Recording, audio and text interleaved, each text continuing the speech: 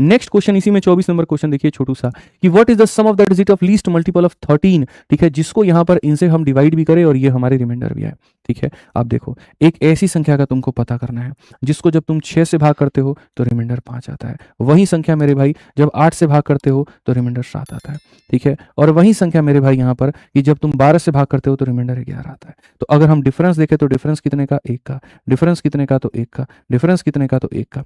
अब ये क्वेश्चन क्या है, सेम डिफरेंस का है। सेम डिफरेंस का है तो n का मान निकालने के लिए आप क्या करते हैं, तो n का मान निकालने के लिए आप एलसीएम लेते हैं।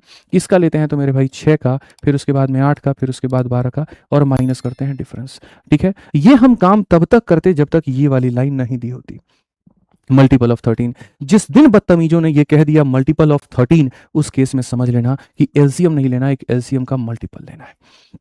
अगर ये लाइन नहीं होता है तो नॉर्मल एलसीएम में से डिफरेंस को घटा देते हैं। अगर ये लाइन आ गया मल्टीपल ऑफ 13, अगर ये लाइन आ गया मल्टीपल ऑफ 13, तो एलसीएम का भी एक मल्टीपल लेना होगा। तो पहली बात, ये जो होगा एलसीएम 24 होगा, यानी तुम्हारा उत्तर 24 के मल्टीपल में से, और डिफरेंस कितने का है, 1 का है, वो घटा दो। ये तुम्हारे सामने एन का मान होगा। अब यहाँ पर देखना है क्या होता है, के की वैल्यू को अगर हम 1 लेते हैं तो एन का जो मान आ जाएगा वो कितना हो जाएगा, 24 माइनस 1 हमारे सामने 23। क्या 23 हमारा जो है 13 का मल्टीपल है, तो नहीं गुरुजी, नहीं है नहीं है। ए का मान अगर हम 2 लेते हैं, 48 में से 1 गया तो मेरे भाई 47। क्या यहाँ पर ये 23 13 का मल्टीपल है, तो नहीं है। ए का मान कितना लेते हैं, 6।